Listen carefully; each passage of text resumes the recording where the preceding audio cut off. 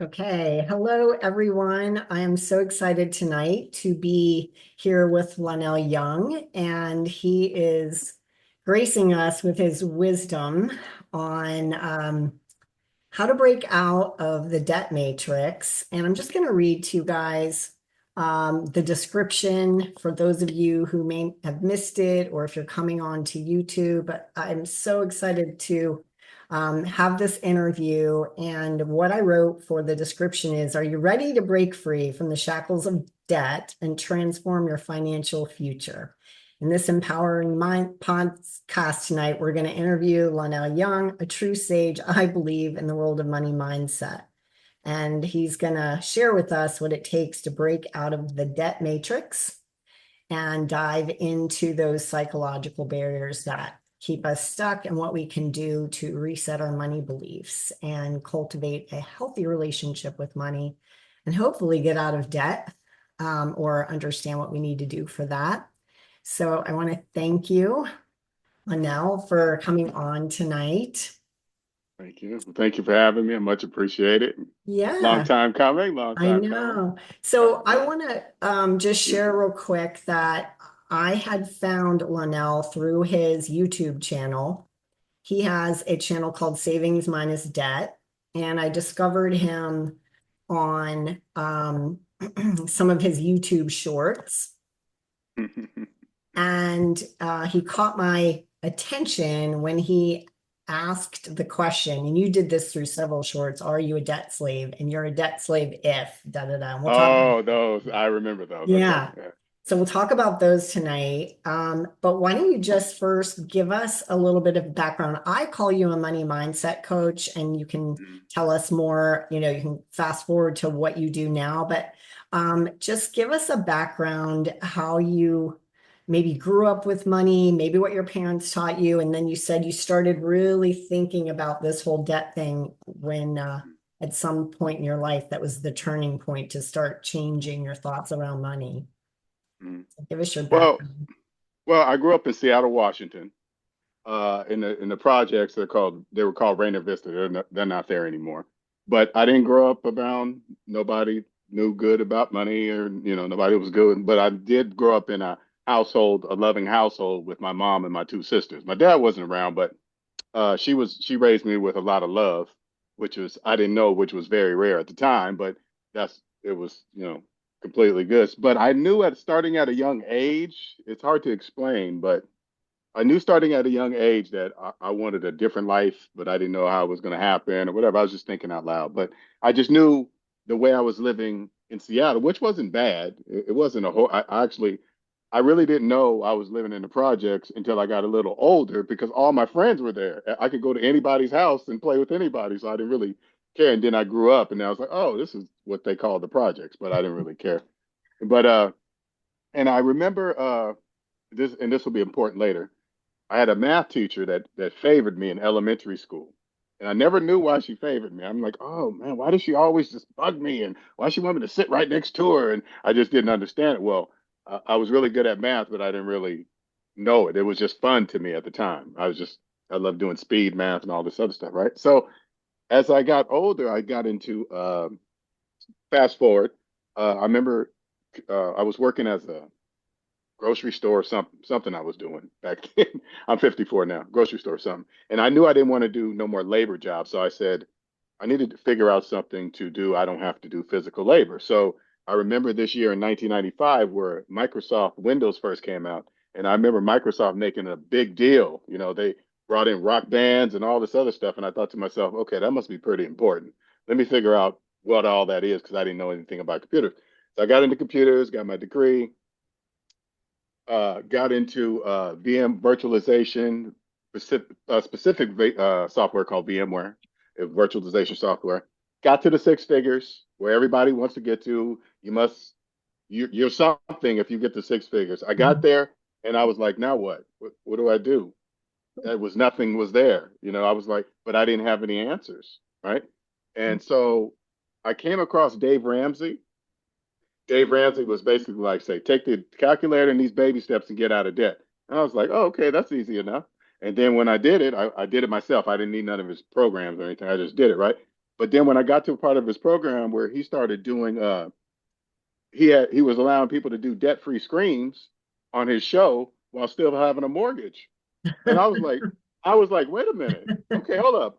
I used the calculator all the way up to this point and then I stopped. I said, what? Why are they allowed to? I didn't say that, but I'm saying this to myself. That's not true. They're not debt free. Why is they doing debt free screens? And I was like, okay, I'm on to something here. I knew I was on to something because that wasn't true. I was like, why is he? But but now that I'm out of it, it's just business. If you don't trust the calculator and you want to do a debt-free screen and think you are, that's your problem. That's nobody else's. That's how they make money, right? So it's their problem. So after I noticed that about Dave Ramsey, I said, okay, I'm on to something. I couldn't figure it out because I didn't have nobody to ask and I didn't know what questions to ask.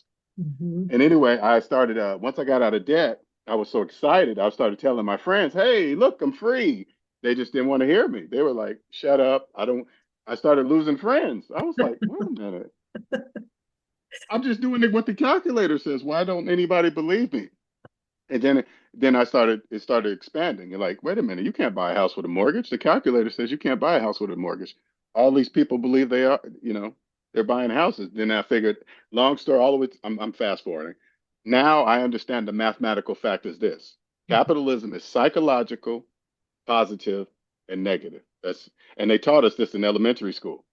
And I just, but it's part of the program. So at this point, you can choose to say, I'm gonna stay in the debt matrix. And what the debt matrix is a psychological place where only debt slaves live. Debt slaves are people that believe they can own things with no money. They believe they can buy houses with mortgages, buy cars with car loans, save for retirement plans while having student loan debt older than the retirement plans. They think they can do that, but none of that is mathematically true. And the psychological part is this: they don't know that. That's right. I lived there until I got out, and I'm like, wait a minute, I was on the negative side my entire life. Right. Oh, that's part of the system. It's a choice. You can choose not to believe the calculator. If you want to believe that you can save for retirement while having student loan debt older than the retirement plan, that's a choice. That's a mathematical choice. But nobody's forcing you because they taught us that in elementary school. You're on Right. the like, and then so now that I'm over here, now I understand the psychological is even a language, right? Yes. And this is how you speak it.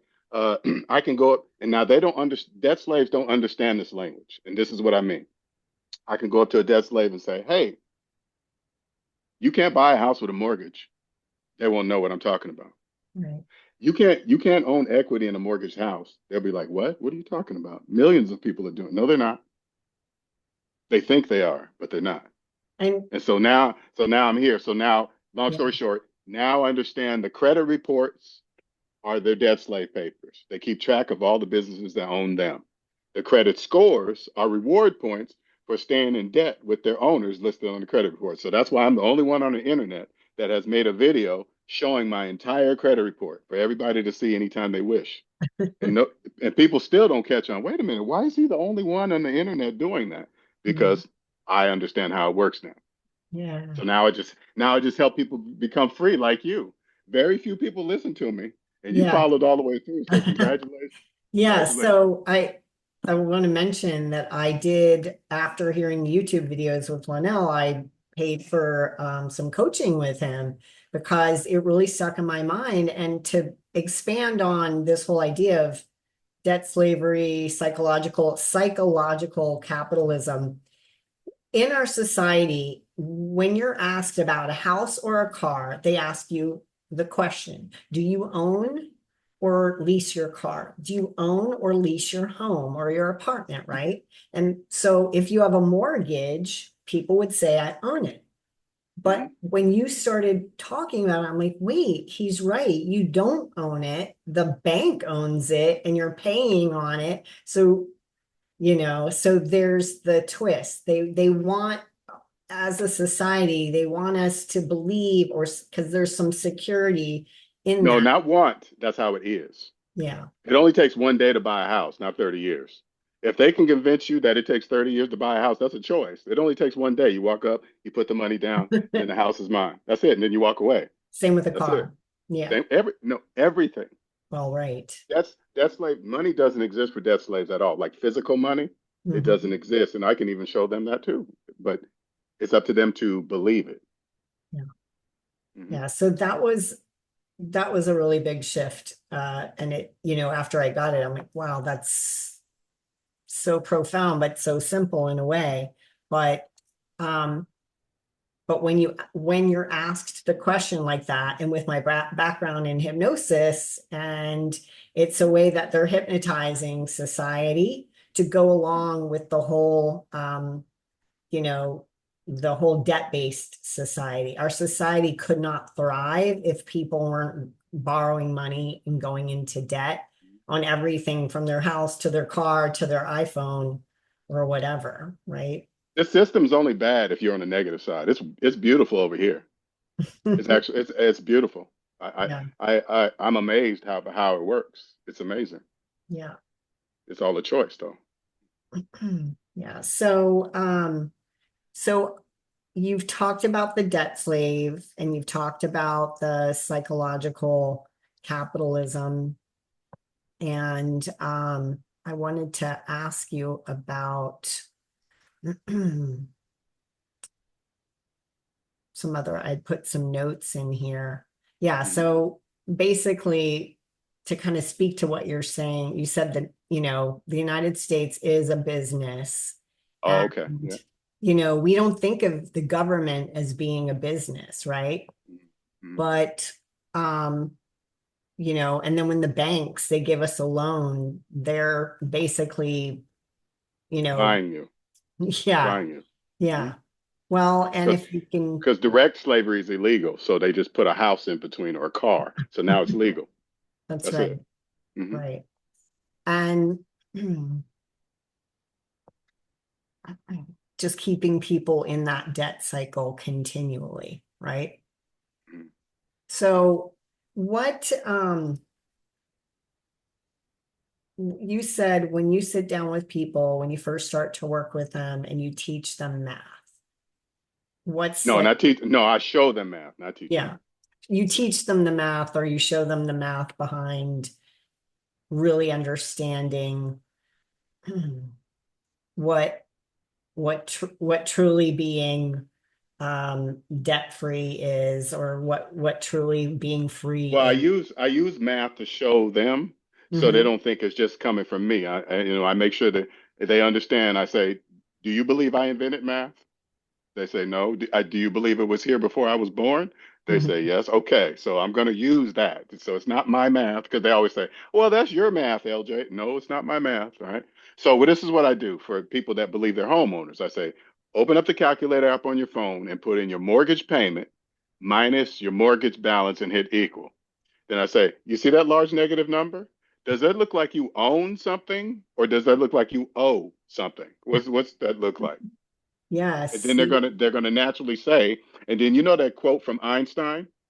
From Einstein, he says, this one quote says, if you can't explain it to a 6-year-old, you don't understand it yourself. This is what he means by that. So this is what a grown-up should do. They should go, put in your mortgage payment minus your mortgage balance and hit equal. And then look at that large negative number. Take that large negative number and show it to a 6-year-old and ask the 6-year-old, what kind of house can I buy with that amount of money?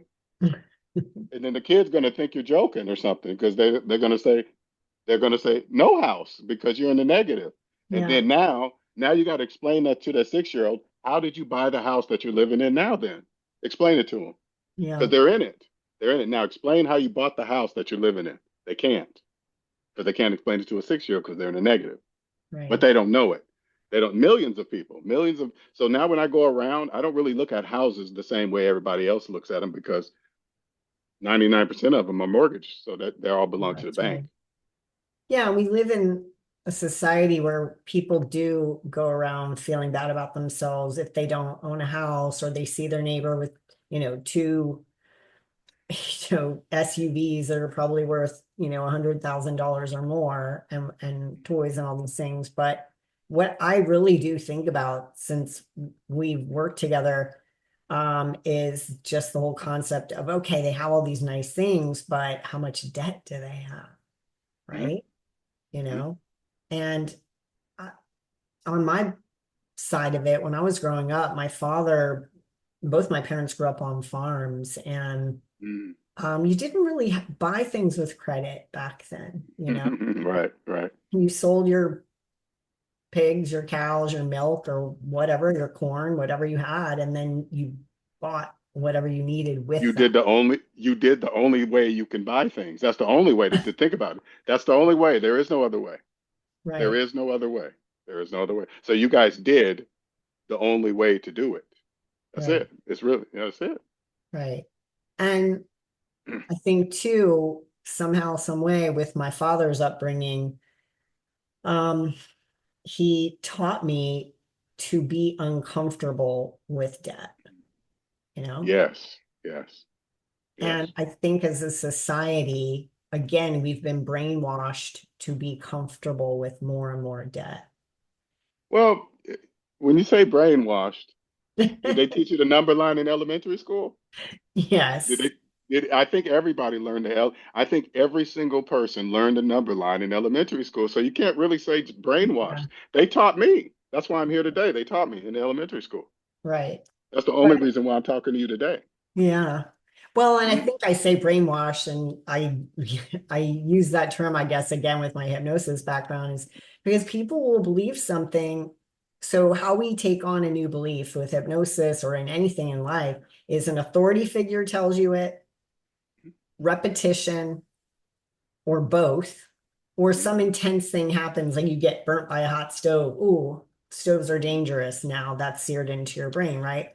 But um, intelligent people can be told, children I know have been told over and over again they're not smart and they'll believe it, you know? So Sure. it's the same kind of thing. If you're told something over and over again, and maybe you're not taught to question, you're not taught to think for yourself or whatever.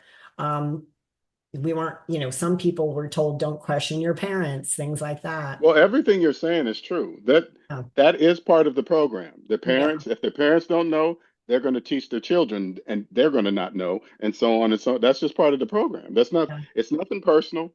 It's not. Mhm. It's business. They're Yeah, part of the business. That's it. That's it. right. And they're choosing it.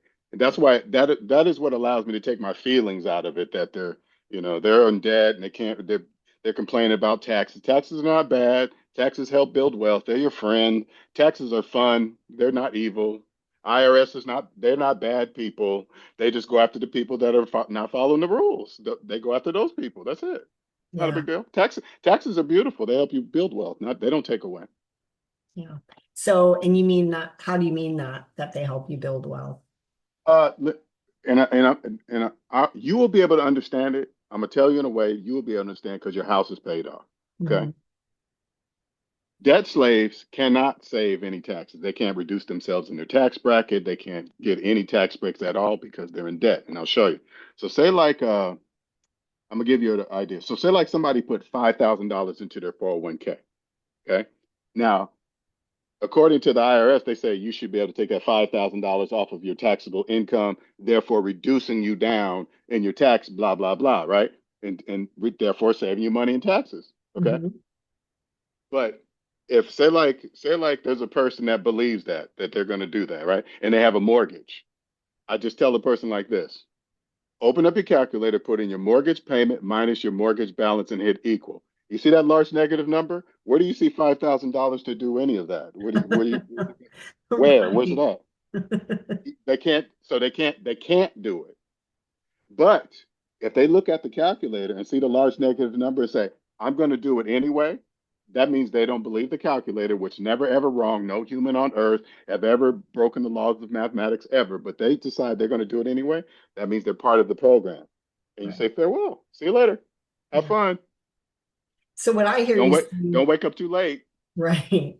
So if Hmm. someone who was in that situation where they have a mortgage Hmm. and their tax advisor is telling them to put the $7,000 into their, um, their IRA this Hmm. year, Hmm. I think from what I've learned from you and what I understand myself is you'd be much better off putting that 7,000 towards your home debt versus putting it in, Well, your, go all the way back. They don't, yeah. if you have a mortgage, you don't have $7,000.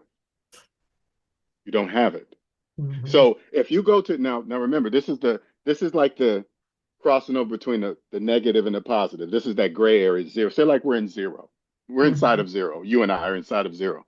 Now they go to a professional that says, "Hey, take the 7,000, even though they have a mortgage, take the 7,000 and put it." That's all business. That's how it works. Because if the person behind the desk, the advisor, they probably don't even know. Mhm. This is business. They're not doing anything wrong. They're just all going against the laws of mathematics and they don't know it. That Mhm. means they're just part of the program. So if there's a say like I was a financial advisor and I decided I wasn't going to help anybody in debt plan their money, I wouldn't make any money because there are very few people. So I have to be part of the program. So if say like a professional tax advisor came to me and I taught them what I know, I'm Mhm. teaching it for them not to be in the debt matrix. Now, when they go to do business as normal. Hey, tell them they can do this. You can invest in that. Hey, whatever. It doesn't matter. It's business. Make your money. It doesn't matter. If they don't believe in math, it's a choice. They're choosing that. That's Yeah. business. Not believing in math is not illegal. So if they're choosing it, that's the choice. Well, I think how I interpret is a lot of people who are going to hear your message are already in the midst of it. They've got Mm-hmm. a car loan, they've got a home loan, Mm-hmm. who knows what else they've got that they're, credit card debt, etc. Mm-hmm. But I think unless someone's really thinking about it, they could be convinced because of what you're saying. The tax people, the investment people, they make money on you investing, that Mm-hmm. someone's going to convince you the better move is to put it in your, 401(k) versus try Of to get course. yourself out of debt, Of right? course. Uh-huh. Mm-hmm. That's Mm. just business. Nothing personal. They're Right. making money. It's a choice. They taught us all the number line in elementary school. I just always take them back there. Didn't they teach you about positive? Everybody says yes. Then how come you're not applying to your finances? I don't know. Or you're part of the program. That's it. Nothing personal. So what do you think about Robert Kiyosaki, Rich Dad, author Rich Dad Poor Dad, and he says um, there's good debt and bad debt. Mhm. What do you think about that whole Well, concept? let me tell you what he's doing. Okay, which debt slaves don't know. Okay, they don't know this. When he talks about, hey, debt gets me rich. Debt is this and debt. I live off debt. Well, he's talking about business debt. He's Right, not talking about personal debt, but I right. want you to pay attention. He never makes this distinction. Hey, everybody, I'm just talking about business debt. He knows that debt slaves do not know the difference between business debt and personal debt. It's not the same. The IRS recognizes it differently. Everything's different. It's different, right? But the majority of people that listen to Robert, they're probably debt slaves thinking, hey, if Robert can do it, he gets rich off of debt, I can do it. And then they just get in debt and they get in personal debt and they're Yeah, not he's not talking about personal debt at all, but he's not making the distinction either. yeah. But I believe that, and this is a belief, I believe he's doing that on purpose. That's just part of his business. Mhm. No different than Dave Ramsey saying, hey, do a debt-free screen with a mortgage. That's his business. Yeah, None of it's true, none of it. I've never really followed Dave Ramsey. I mean, I've heard a lot of people like him and whatnot, but what's his attitude then about mortgages? And I mean, I'm Oh, assuming he wants people to be done with those as well. well, Well, without him, I wouldn't be here today. He was Yeah. just straight. He was straightforward. I love his. Everybody thought he had an attitude or something. I was like, he doesn't sound like he had an attitude. He just sounded like he's talking about the calculator to me. And then I just followed his plan. But now that I understand, like Dave Ramsey, and this is a belief, I believe he's debt free personally and business. Okay, and Mhm. that's very few people are like that. Very few people have Yeah. both debt free like that, right? But when he talks, I want you to pay attention to this. When he either talks about investing or mortgages, he always refers them to other people. You ever Mm. notice that? Pay attention to that. He always points them out because that way he can't say, "Hey, you can invest while you're having a mortgage." I mean, you're not. Right. It's not saying that he's not. I'm not saying that nothing anything is wrong is wrong. It's business, right? But Mhm. he doesn't talk about it personally. Anybody ask him a vested question, he'll just, oh, go see Investor Pros and this and that, another business venture. That's it. Yeah. You just follow those, and then when you create a business, you kind of just model that. Right. So let's go back to the credit score thing. That was something interesting I hadn't heard you talk about. And here's a funny story. My son's in college. He's Mm, 22. He's about to graduate in December. And and to speak to that, I hadn't really put this together with our conversation a couple of years ago, but I've been helping him pay for college, and my parting gift to him was he works, he has two jobs and whatnot, and was for him to go out into the world without student debt for both mm. my kids. My daughter's about to graduate too, and that was like and my what I hope is that they've seen how hard I've worked to help them get to that place where they graduate without debt, that will carry forward. And I can see Did you pay it off or did they pay it off? um I paid the tuition and my son's been paying his living expenses, his rent, his food, etc. Okay. Okay. So his grandma paid for some of it actually in the beginning too. So, but he has a credit card and he's starting to get the indoctrination, as I would say it, because he's all worried about his credit score. Mm, So, mm. what would you say to young people or their parents who are watching about how would you tell a 22-year-old how to understand the credit score? I say, this is what I do to the young people. I say, hey, you're young enough to still remember your grade school math teacher, right? And they usually can, right? I said, think back at the number line. Remember the number line we learned in no, they're like, oh yeah, yeah, Miss Baker taught me that. Yeah, yeah, we're going to use that here. All right. So when you open up a credit card, I'll just show them, and when you used all that credit card up to the max, to say like it's $500, and I make them put it in the calculator. I say, which side of the number line does that go on? Which side does it go on? Well, the negative side, and then I'll show them early they will they will absorb what a credit report really is now because they're young. I can show them like soon as you start putting owners on this list, you get a credit card, say like it's Capital One, and now they go on your credit card. This is your debt slave papers, all right? So now once they're on there, they own a piece of you. You are their stock.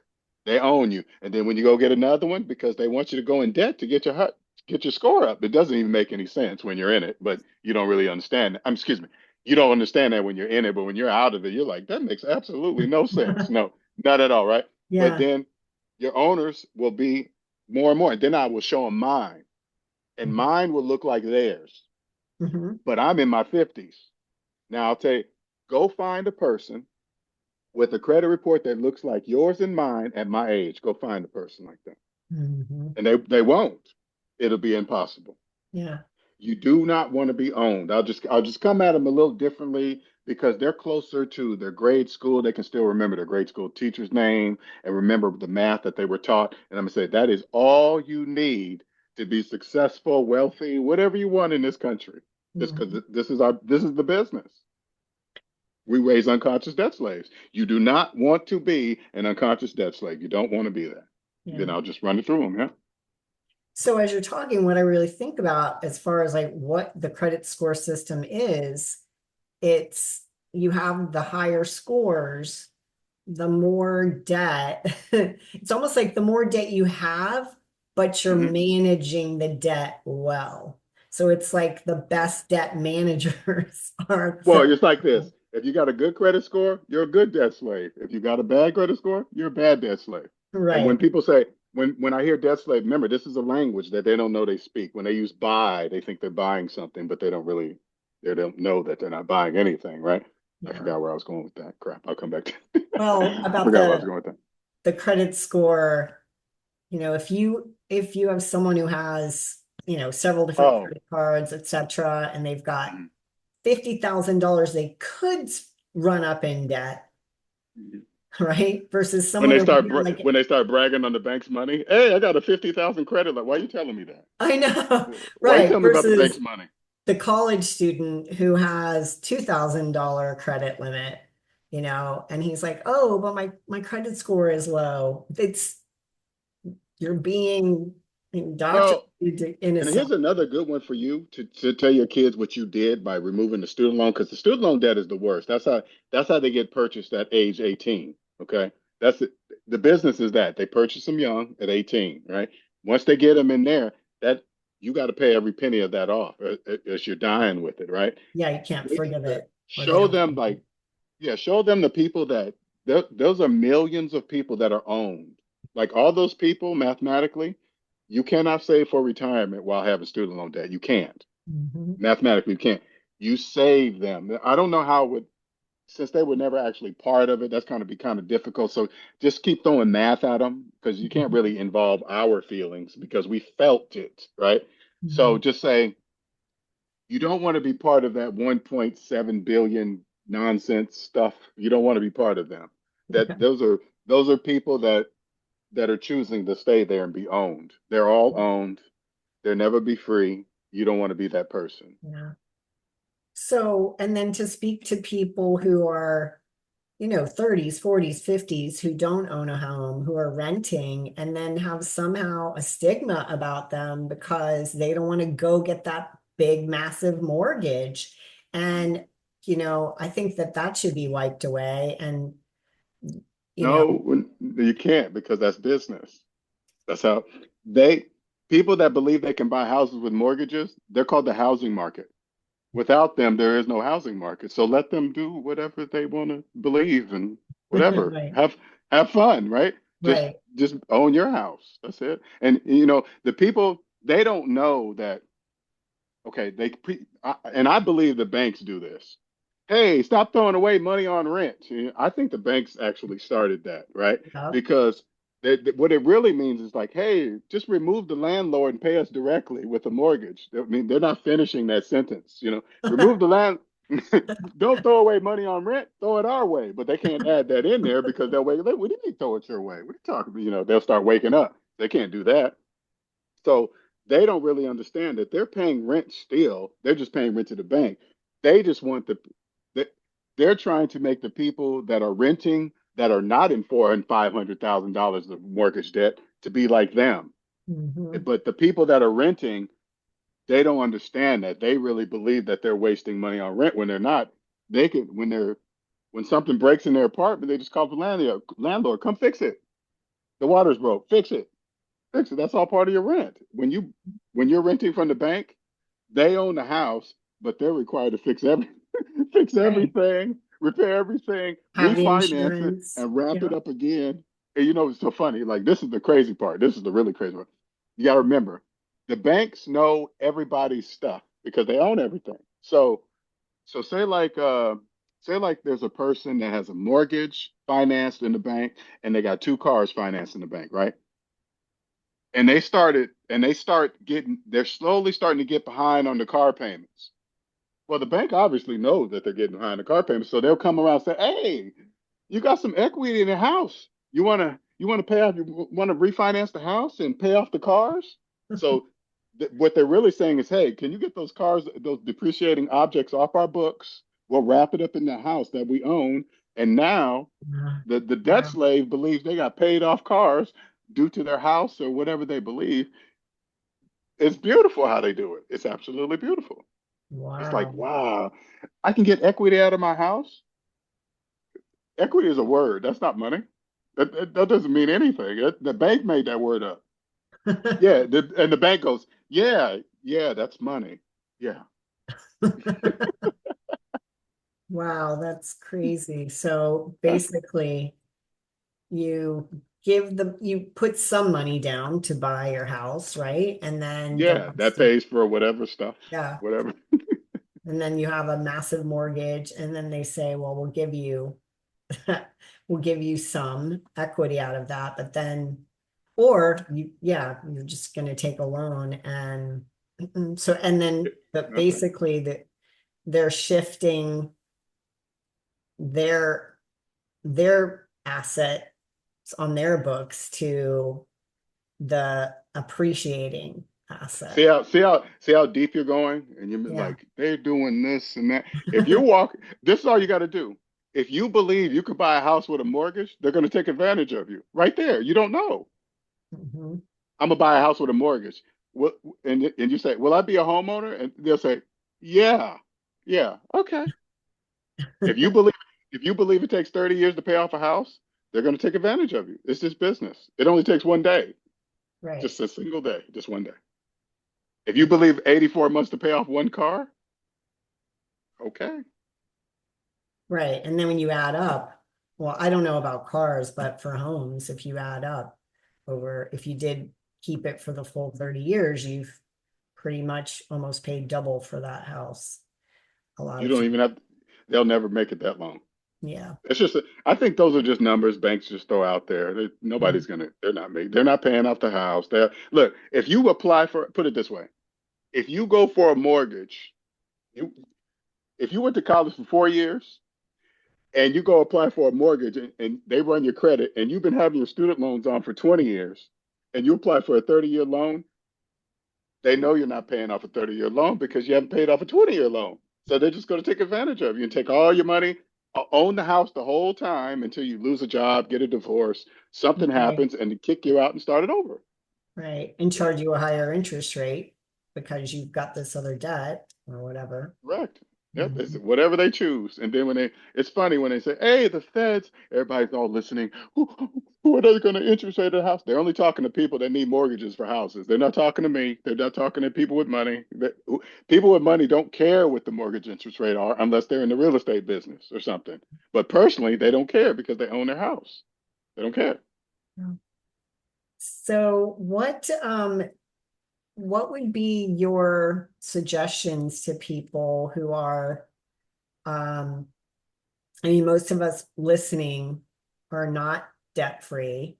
We're in the midst of probably with something, either credit card debt at the very least, if not mortgage loans and whatnot. I think for me, after our coaching session, what really came to mind was just like, how quickly can I get out of this? What can I Mm-hmm. do to um, speed up the process that I'm already in the middle of, you know? Mm-hmm. So what you're teaching is amazing and it really is a mindset shift, but how can people think about it if they're already in the middle of it to try to make the best of it and move through it towards being debt free as fast as possible. Well, that's a great question too. First, I always use math. Okay. Nobody can have an opinion about it. Your feelings don't matter. One plus one equals two. Mhm. If I said, "Hey, everybody, one plus one equals three," everybody would look at me like something's wrong with me because that's how clear it is, right? But first thing I do is I say, go to your credit report, log on, get your total debt number, and look at it. I don't want you to do nothing. I don't want you to make any plans on how to get it. I just want you to see it because a lot of people don't even know how much debt they're in. They're too scared to even look at it. That's step Mhm. number one. Go look at it. Write it down on a piece of paper. Next time you go to your investor and they start talking about, hey, you should invest in this and that and this and that, you show them that piece of paper and say, I'm going to do that with this number. How does that happen? They're not going to have an answer for you. Nobody is Mhm. because it's that math, right? So just constant now, if they and I tell them after they look at the number, that's how much it's going to cost to own yourself, the business of yourself in the United States of America. That's your price. Are you willing to pay it? If not, you'll be on the negative side of the economy for the rest of your life, wondering what's happening, why is nothing's working for you. Or you can trust math. That's never ever wrong. No human in the world has ever broken the laws of mathematics ever, ever, ever, and just trust it. Some people will they will think about it, because it's a shocker. I understand it shocks a person, but they Mhm. cannot deny the math. They just can't. They can say, you're making it up. You don't have any financial background. None of that matters. I'm just pointing at the calculator. You believe it or not, right? So sometimes people reach out, okay, LJ, I want to know what that means. What does that mean? And then I go baby steps. Okay, we're gonna look at your credit report. And some situations, chapter seven is your friend. Mhm. People don't really understand chapter seven are for people that, not the people that take advantage of it, the people that wake up and say, oh, I did it wrong. Chapter seven, they put it there, reset, you get a free reset and reset and start right. except the Right. student loans. You can't do that or taxes or whatever, right? But outside of that, you can chapter 7 can free you. But for the people that don't believe it, chapter Mhm. 13 is for them. The people that don't want to let go of the stuff that got them in the debt in the first place. They don't want to let it go, so they let them keep doing it over and over. But chapter 7 will free them. What's the difference between the two? I don't remember. Chapter 7, you lose everything. You give back whatever, everything's gone, and you have zero debt, except if it's student loans or taxes. That you can't do that, right? But if you have no taxes or student loans, you're free. You're starting from zero. It's a fresh start. That's why it's there. But chapter 13, they they allow you to keep the stuff that got you in debt, but they condense it, allow you to make payments on it for like 5 years or something. But you only can do seven like every 10 years, 8 to 10 years. But Mhm. chapter 13, you can just do it over and over and over. That's not even a sign. They don't even wake up why you can just keep doing it over and over and over again, but because they don't wake up. But chapter 7 will free you. So it's interesting because I think I don't know which one it is, but I've heard people say, "Oh, I don't want to do that because then I can't borrow any Correct. money later Correct. on." And now that you're talking about it, I think, well, if the whole goal is to stop going into debt, then that shouldn't be the thing that holds you back, Well, right? that's the psychological part in psychological capitalism. They're in the debt matrix. Hmm. They they believe the only way for them to buy, because you got to remember they use the word buy. They don't know that they mean finance. They Hmm. don't know that they don't know that they mean mortgage. Right, They don't know that equity is only goes to the owner of the house. right, It's all part so they're all part of the program. So I can listen to a person and see not here's the big part. 95% of them are never going to come out of it. right. So you kind of just listen to them. If they're just so resistant, you just got to let them be. Yeah. You know, the people that come to me, I just listen to the way they speak. Like you, the way you were talking to me on the phone, I could hear that you were interested. Like, what? Where's? Okay, he's coming. He keeps making these videos. He must mean something. He's proving it with math. There's something Hmm. there. So Yeah, those are the people I listen to. But it also counts on your age too. If I'm 54, if a person hasn't woke up by this age, they're probably not. okay, and there's a psychological part. You can get to a certain age, you might not want to wake up at this age because if you wake up at this age and realize where you're at, it might, who knows? I don't Yeah, know. yeah. So Because they I, wake up and realize they own nothing. That can be a shocker to some people right. They're basically just still you're just living. leasing things, but you're leasing them through the bank versus They don't even own leasing them. themselves. Right. They don't even their credit report proves that they don't even own themselves. That's a record. So what do you mean That by that? That you don't own your like my credit report. I hmm. have no owners listed on my credit report. That means I own myself. My credit report proves that I own myself. Nobody can fake that. Nobody's going to hack it.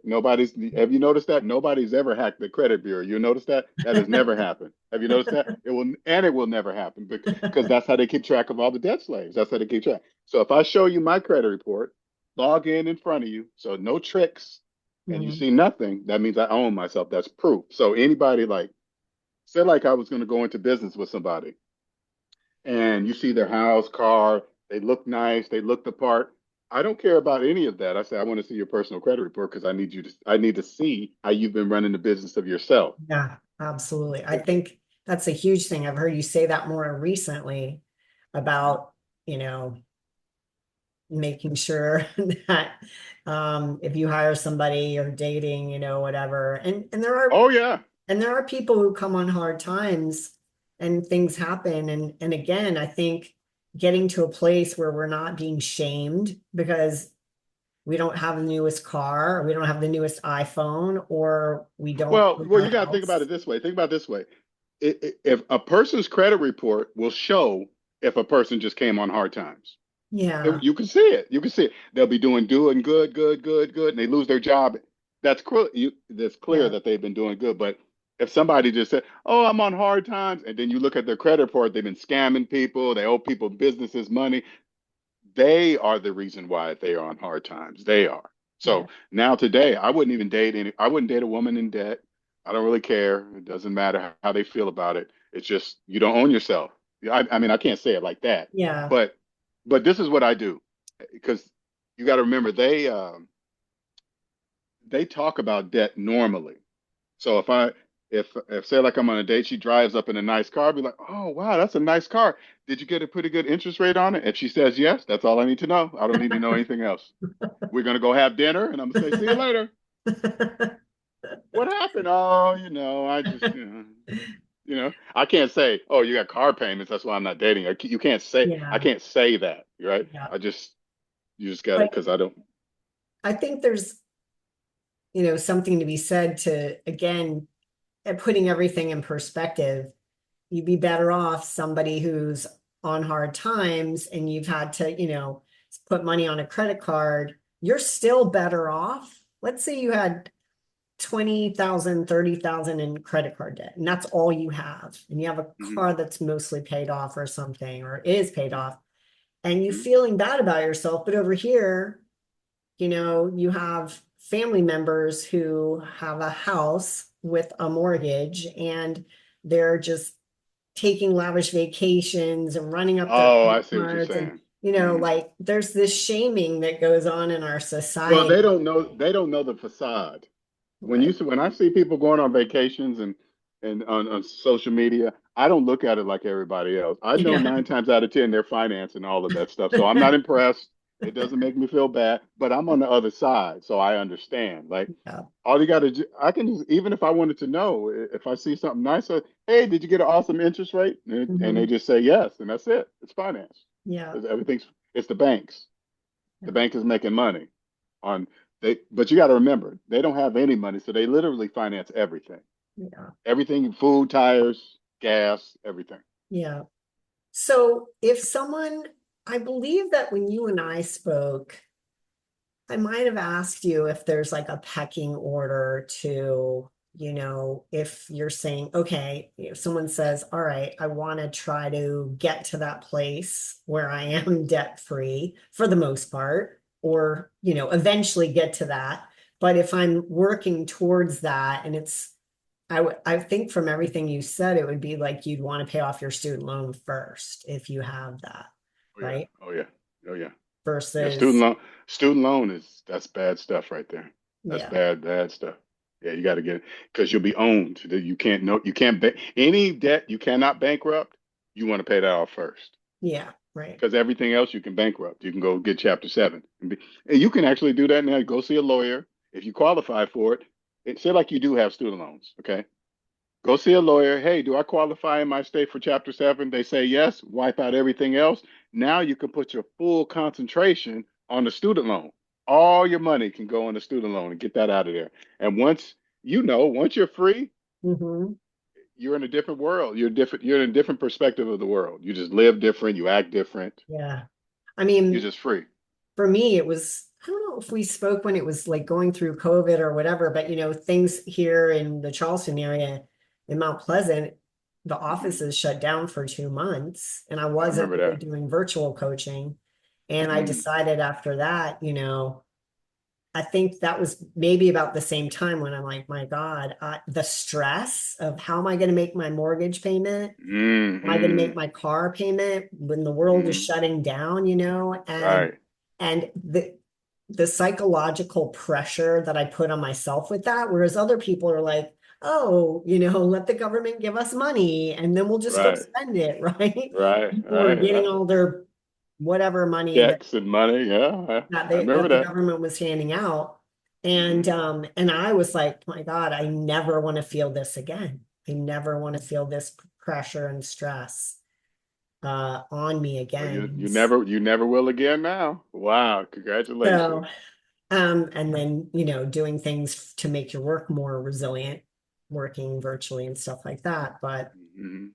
um, yeah, so what would be, I had asked you in the email, like if people could Hmm. have some parting like mindset to have the upgrade in the mindset that Hmm. they're shooting for or how they want to live. I mean, one thing I think from our conversation that Hmm.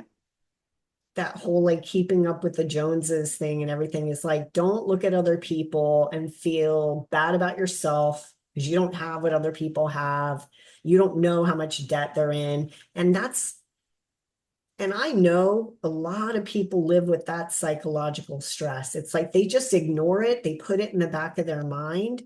Hmm. But if they've got a house mortgage and two car loans and school Hmm. loans for their kids, and it's I I think in the back of your mind, I don't even know how people can really live happily because it even though we are, as a society of debt slaves, so what are the mindsets people could have or hold that Well, could, they think that pressure is normal. That yeah, pressure you're trying to yeah. describe, they Hmm. believe that's normal. Stress is normal. They think, but that's it's not normal. But they don't know it's not normal. So that the thing I try to get across to people again, the psychological is a language, and so I'm gonna give you guys some of the language you could use so you don't compare yourself to these people that you believe have more than you. Okay, Yeah. you go find out. This is how you find out if everything you see in their life is financed. You ask about the interest rate of their house, the car. If they tell you any kind of interest rate, it's finance. Because if you walked up to me and you see me driving a nice car and you walked up to me and said, hey, LJ, did you get a good interest rate on it? I would look at you like you're crazy. I'd be like, what? Interest rate on what? A car? Absolutely not. Absolutely. See, you would be clear that I don't finance depreciating objects with interest. I don't do that. So, Mhm. but as a person that does feel like I'm not ahead. I should be at this place at this age. I'm 35. I should be having all the no. You go up to the people that look like they have it. You go up to them and say, "Hey, you got a mortgage?" Yep. What about those cars? You got yeah, we got two cars. But everything is bank owned. Anybody you see that's financing, the payments go to the owner. The payments go to the owner. You are the middleman. Bam, boom, bam. Your job pays you, you give it to the bank. They're, Mhm. they're, that's how it works. Don't be jealous of people's finance stuff.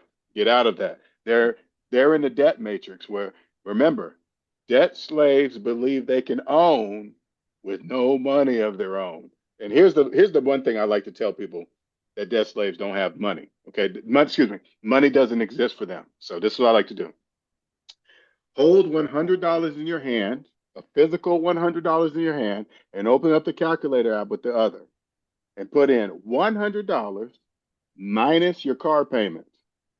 According to the calculator, do you have $100 in your hand? The answer is no. You don't have $100 in your hand. Now I'm going to make it reappear back in your hand. According to your eyeballs, do you have $100 in your hand? You do. Voila. See, that's I can manipulate it, I can change it because it doesn't exist for them. No Yeah. money. But if you tell them that, they could choose to believe it. They Hmm. could choose to believe the calculator, that's never Hmm. ever wrong, Yeah. or the $100 in their hand, which is the psychological part, which is beautiful. So how do you think going to the digital dollar, have you ever thought about, this is just coming to my mind right now, like the whole concept of getting rid of physical money, how that might affect this whole matrix? Well, remember, no currency at all exists for debt slaves at all. So it doesn't matter what form it's in. It Hmm. doesn't matter. So take $100 of digital money on your phone minus your car payment. Hmm. And then you put in $100 of digital money minus your carpet. According to the calculator, do you have any digital money in your hand? The calculator says you don't have anything in your hand. What are you You're talking in about? debt, right? You're in debt. So it doesn't. So what? But the main thing is this though: going digital is going to make a lot of money for the U.S. because now they can track everything. Look at tips. Yeah. Before they couldn't keep track of tips. Now they can keep track of tips. Once they go digital, debt slaves are in trouble. They're in trouble. They can't hide no money. Excuse me. It's going to be very, very, very hard to hide money because it's going to be all digitized. It's a beautiful thing. It's about to happen. Beautiful. It doesn't matter the form, though. It could be gold, silver. It doesn't matter. Nothing exists for them, but they don't know that. Yeah, They're owned. that's The right. United States owns them. Mhm. So, if people would want to work with you, that are Mhm. watching now or later on the replays or on YouTube, how would they get in touch with you?